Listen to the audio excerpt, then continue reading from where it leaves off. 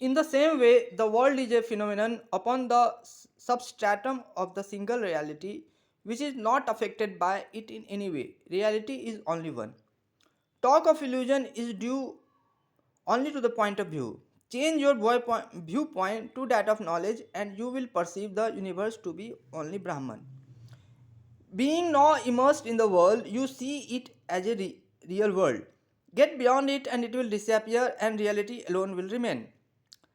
As the last expert shows, the postulate of one universal reality calls for the conception of a process, either of illusion or creation, to explain the apparent reality of the world. The world is perceived as an apparent objective reality when the mind is externalized, thereby abandoning its identity with the self. When the world is thus perceived, the true nature of the self is not revealed.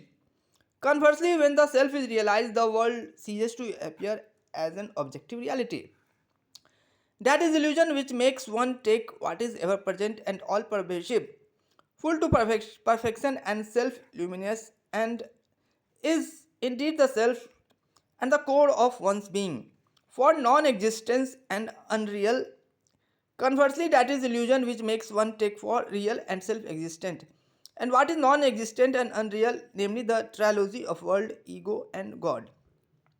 The world is indeed real, but not as an independent self subsistent reality. Just as a man you see in a dream is real as a dream figure, but not as a man. To those who have not realized the self, as well as to those who have, the world is real. But to the former, truth is adapted to the form of the world, whereas to the latter, truth sign as the formless perfection and the substratum of the world. This is the only difference between them. As I recall Bhagwan saying sometimes that unreal, mithya, imaginary, and real, satyam, mean the same but did not quite understand. I asked him about it. He said, "Yes, I do sometimes say that. What do you mean by real? What is that you call real?" I answered, "According to Vedanta, only that which is permanent and unchanging can be called real. That is the meaning of reality." Then Bhagavan said, "The names and forms which constitute the world continually change and perish and are therefore called unreal.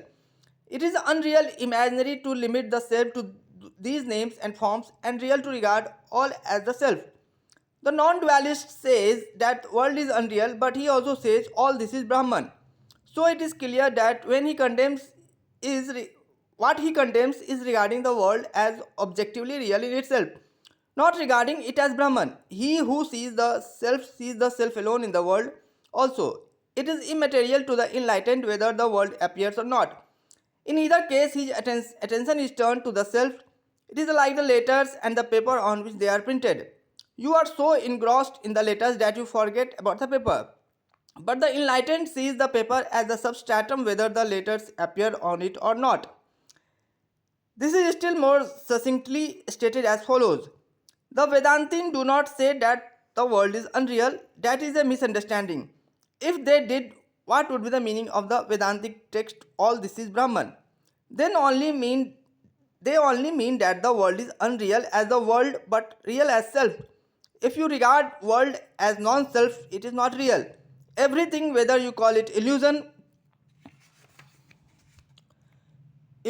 maya or divine play or energy Shakti, must be within the self and not apart from it.